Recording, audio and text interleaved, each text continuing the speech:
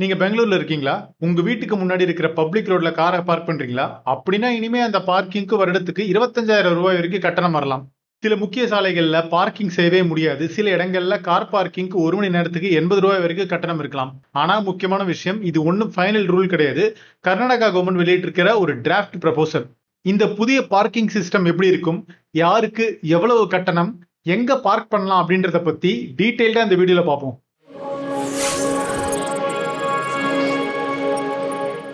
Karnataka urban development department August 11 அன்னைக்கு greater Bengaluru authority parking rules 2026 அப்படின்ற ஒரு டிராஃப்ட் ரூல்ஸை வெளியிட்டிருக்காங்க. பப்ளிக் கிட்ட இருந்து இந்த ப்ரப்போசல் பத்தி அப்ஜெக்ஷன்ஸ் மற்றும் சஜஷன்ஸ் கேட்கப்பட்டிருக்கு. அதுக்கு 30 நாட்கள் கொடுக்கப்பட்டிருக்கு. இந்த டிராஃப்டோடைய முக்கியமான பாயிண்ட் என்னன்னா, பைசைக்கிள் பார்க்கிங் மற்றும் ஆட்டோ ரிக்ஷா ஸ்டாண்ட்ஸை தவிர பப்ளிக் பார்க்கிங் ஃப்ரீயா இருக்கக்கூடாது. அதாவது பப்ளிக் ரோட பார்க்கிங் ஸ்பேஸா பயன்படுத்தினா அதுக்கான கட்டணம் இருக்கும். ரெசிடென்ஷியல் ஏரியால உங்க வீட்டுக்கு வெளியே பப்ளிக் ரோட்ல கார் பார்க் பண்ணணும்னா அந்த ரோட்ல ரெசிடென்ஷியல் பார்க்கிங் அனுமதிக்கப்பட்டிருக்கணும். அதோடு ரெசிடென்ஷியல் பார்க்கிங் பெர்மிட் வாங்கணும். அந்த பெர்மிட்கான வருடாந்திர கட்டணம் பார்ப்போம். ஹேட்ச்பேக் அதாவது ஸ்மால் காருக்கு 15,000 ரூபாய், செடானுக்கு 20,000, எஸ்யூவிக்கு 25,000. ஆனா எல்லா ரெசிடென்ஷியல் ரோட்ஸ்லயுமே இந்த பெர்மிட் பயன்படுத்த முடியாது. ஆர்ட்ரியல் மற்றும் சப்பார்ட்ரியல் ரோட்ல ரெசிடென்ஷியல் பார்க்கிங் அனுமதிக்கப்படாது. இது எல்லாமே முக்கியமான டிராபிக் ரோட்ஸ். அதனால அந்த ரோட்ஸை பார்க்கிங்காக பயன்படுத்துறத கட்டுப்படுத்த போறாங்க. ரோட்ல காரை நிறுத்தினதுக்கு அப்புறமா டிராபிக் மற்றும் நடைபாதைக்கு போதுமான இடம் இருக்கணும்.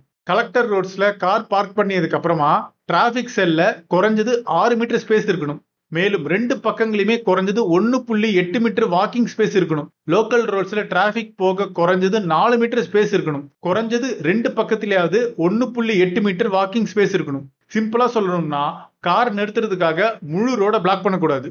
நீங்க வசிக்கிற பில்டிங்ல மினிமம் பார்க்கிங் ரூல்ஸ் ஃபாலோ பண்ணப்பட்டிருக்கணும். பில்டிங்க்கு தேவையான மினிமம் பார்க்கிங் ப்ரொவிஷன் இல்லாம இருந்தா அந்த பில்டிங்ல வசிக்கிறவங்களுக்கு ரெசிடென்ஷியல் ரோட் பார்க்கிங் பெர்மிட் கிடைக்காத நிலைமை வரலாம். அதே போல பெர்மிட்டும் நிரந்தரம் கிடையாது. Maximum 1 year valid. ஒவ்வொரு வருஷமும் ரினியூ செய்யணும். ரினியூவல் செய்யும் போது அந்த நபர் இன்னும் அந்த ஏரியால வசிக்கிறாரா அப்படின்றத கார்பரேஷன் வெரிஃபை செய்யும். மேலும் அந்த பெர்மிட்டை உங்க வீட்டுக்கு வாக்கபிள் டிஸ்டன்ஸ்ல இருக்கிற டிசைக்னேட்டட் ரெசிடென்ஷியல் பார்க்கிங் ரோட்ஸ்ல மட்டுமே பயன்படுத்த முடியும். பெர்மிட் இல்லாமலோ ரூல்ஸை மீறியோ பார்க் பண்ணினா அதை கண்டுபிடிச்சு போலீஸ்க்கு ரிப்போர்ட் செய்யும் வெரிஃபிகேஷன் சிஸ்டமை கார்பரேஷன் உருவாக்கும். அதிக டிராபிக் இருக்கிற சில ஆர்ட்ரியல் ரோட்ஸை greater Bangalore authority high density corridors அப்படின்னு ஐடென்டிஃபை செய்யும். அந்த ரோட்ஸுடைய main carriageway parking prohibited ஆகும். மேலும் சில ரோட்ஸ்ல பீக் ஹவர்ஸ்ல பார்க்கிங் ரெஸ்ட்ரிக்ஷன் வர்றதுக்கான வாய்ப்பு இருக்கு. அந்த டைமிங்கை டிராபிக் போலீஸ் அறிவிப்பாங்க. ரெசிடென்ஷியல் பார்க்கிங் இல்லாத பப்ளிக் ரோட்ஸ்ல பார்க்கிங் அனுமதிக்கப்பட்டா 1 மணி நேரத்துக்கு சார்ஜ் இருக்க போகுது. இந்த ரோட்ஸை 3 வகையா பிரிக்கிறாங்க. கேட்டகரி சி 1 மணி நேரத்துக்கு 40 ரூபாய், கேட்டகரி பி 1 மணி நேரத்துக்கு 50 ரூபாய், கேட்டகரி ஏ 1 மணி நேரத்துக்கு 80 ரூபாய். இதெல்லாம் கார் பார்க்கிங்க்கு. அடுத்ததா 2 வீலருக்கு கேட்டகரி சி 1 மணி நேரத்துக்கு 20 ரூபாய், கேட்டகரி பி 1 மணி நேரத்துக்கு 30 ரூபாய், கேட்டகரி ஏ மணிக்கு 40 ரூபாய். அதாவது அதிக கமர்ஷியல் ஆக்டிவிட்டி இருக்கிற முக்கியமான ரோட்ஸ்ல பார்க்கிங் சார்ஜ் அதிகமா இருக்கும். இப்ப 2 மணி நேரத்துக்கு மேல பார்க் பண்ண என்ன ஆகும்னா, இங்கதான் ஒரு முக்கியமான ரூல் இருக்கு. பப்ளிக் ரோட்ல பார்க்கிங் ஸ்பேஸ் லிமிட்டடா இருக்க போகுது. ஒருத்தர் காரை கொண்டு வந்து அதே இடத்துல பல மணி நேரம் நிறுத்திட்டா அந்த ஸ்பேஸை வேற யாராலையும் பயன்படுத்த முடியாது. அதனால 2 மணி நேரத்துக்கு மேல ஆன் ஸ்ட்ரீட் பார்க்கிங் செஞ்சா பார்க்கிங் சார்ஜஸ் வேகமா அதிகரிக்கும். ரோடுக்கு வெளியே இருக்கிற ஆஃப் ஸ்ட்ரீட் பார்க்கிங் ஃபெசிலிட்டிஸை என்கரேஜ் பண்ண போறாங்க. இதுக்காக காருக்கு ப்ரப்போஸ்டு சார்ஜ் இருக்க போகுது.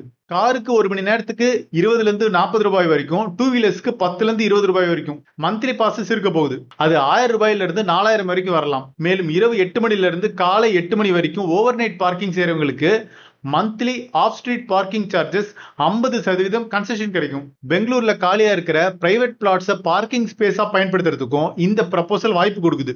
அதாவது ரோட் சைட் பார்க்கிங்கை குறைச்சி அதுக்கு பதிலா டெடிகேட்டட் பார்க்கிங் ஸ்பேஸை அதிகரிக்கணும் அப்படின்றதான் ஐடியா. சரி, இந்த ப்ரப்போசலோட மெயின் ஐடியா என்ன? பெங்களூர்ல ரோட் ஸ்பேஸ் லிமிட்டடா இருக்கும். ஒரே ரோட்ல heavy traffic, buses, auto, emergency vehicles, 2 wheelers எல்லாமே போகணும்.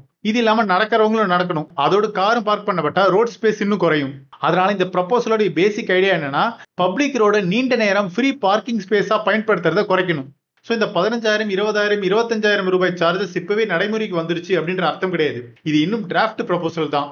இன்னும் 30 நாட்களுக்குள்ள பொதுமக்களுடைய கருத்தை கேட்டு அதுக்கப்புறமா மாற்றங்கள் வரும். மொத்தத்துல பெங்களூருடைய பார்க்கிங்க ஒரு சிம்பிள் கன்வீனியன்ஸா பார்க்காம டிராபிக் மற்றும் அர்பன் பிளானிங் இஷ்யூவா பார்க்க ஆரம்பிச்சிருக்காங்க. சோ இத பத்தி உங்களுடைய கருத்து என்ன? பப்ளிக் ரோட் பார்க்கிங்க்கு ஃபீஸ் போடுறது சரியா, இல்லனா முதல்ல பார்க்கிங் ஃபெசிலிட்டிஸை உருவாக்கிட்டு அப்புறமா ஃபீஸ் கொண்டு வரணுமா? ஸோ நம்ம தமிழ்நாட்டில் நீங்க இருக்கிற நகரத்தில் இருக்கிற பார்க்கிங் ப்ராப்ளமையும் கமெண்ட் பண்ணுங்க. அதே போல நீங்க பெங்களூரா இருந்தா உங்களுடைய கருத்தை ஷேர் பண்ணுங்க, உங்களுடைய அனுபவத்தையும் இதை பத்தி சொல்லுங்க. எந்த ஏரியான்னு கூட மென்ஷன் பண்ணுங்க கமெண்ட்ஸ்ல.